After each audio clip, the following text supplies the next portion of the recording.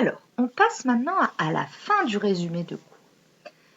La modélisation. Je vous rappelle que la modélisation, c'est en fait un peu une maquette pour se représenter ici les états physiques et les mélanges ou les corpus. Donc, on essaye d'imaginer, de grossir la matière et regarder à l'intérieur, comme si on avait un microscope géant, puisque les microscopes, vous savez qu'on peut voir des cellules avec, en SVT, mais pour regarder les atomes et les molécules, il faudrait un microscope qui existe énormément plus grossissant.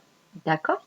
Donc, si on regarde un gaz, eh bien on se rend compte que les particules bougent dans tous les sens et elles sont très éloignées les unes des autres.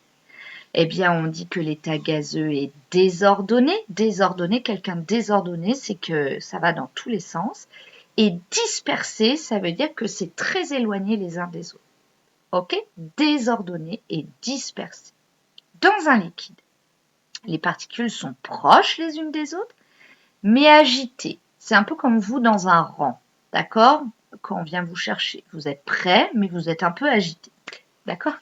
L'état liquide, on dit qu'il est compact, ça veut dire resserré, mais il est désordonné, dans tous les sens. Ok. Un solide, c'est comme à l'armée. Les particules sont proches les unes des autres et pratiquement immobiles, ça ne bouge plus. Ok? Quasiment plus.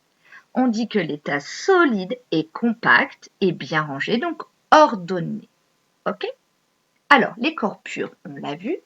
Un corpure ne contient qu'un seul constituant, par exemple le dioxygène pur, l'eau distillée, alors qu'un mélange contient plusieurs constituants. Par exemple, l'air contient du diazote, du dioxygène. Le Coca-Cola contient du sucre, de l'eau, des colorants, de l'acide, etc. D'accord? Et maintenant, eh bien, lorsqu'on modélise, il faut faire attention à bien représenter les états physiques, les types de particules, si c'est des mélanges ou des corpures, et légender et respecter le nombre de particules. Ok?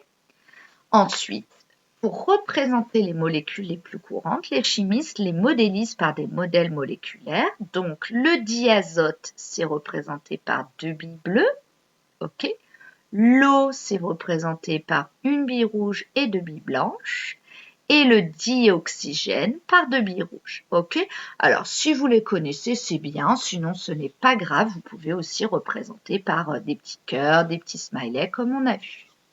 Alors, on ne va exceptionnellement pas remplir ça, mais ceux qui veulent, vous pouvez bien entendu regarder. Donc ça, on l'a vu dans l'activité 1, ça, on l'a vu dans l'activité 2 et 3.